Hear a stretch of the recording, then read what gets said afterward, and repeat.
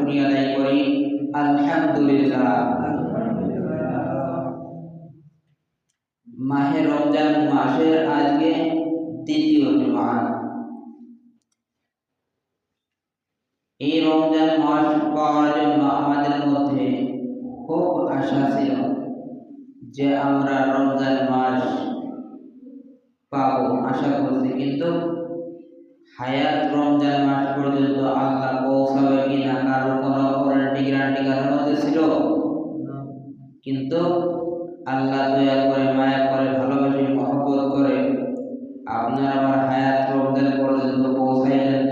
রমজান মাস আমরা পাইছি, আমরা রমজান রোজা রাখছি, এজন্য আরেকবার শুকরিয়া আদায় করে আলহামদুলিল্লাহ।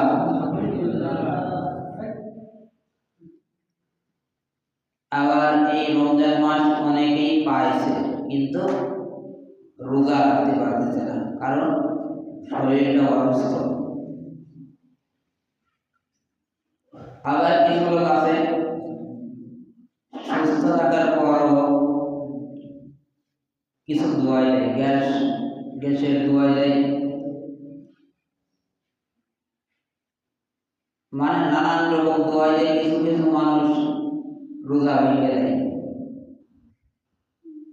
আবার কিছু কিছু বাড়িতে মহিলাদের বলে ছোট বাচ্চা আছে, বাচ্চাদের দোয়া দিয়ে রোজা ভাঙে। ভাঙে কি ভাঙে না?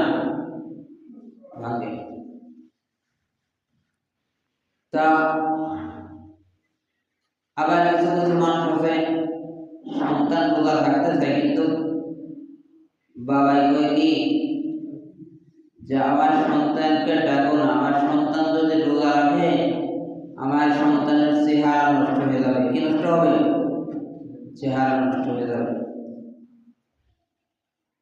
কিন্তু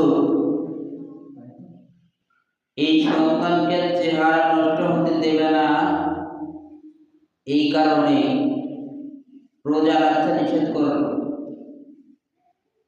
কিন্তু এই সন্তান চেহারা নষ্ট করে ফেলতেছে গজবের মোবাইল দেখে। ঠিক না বেটি?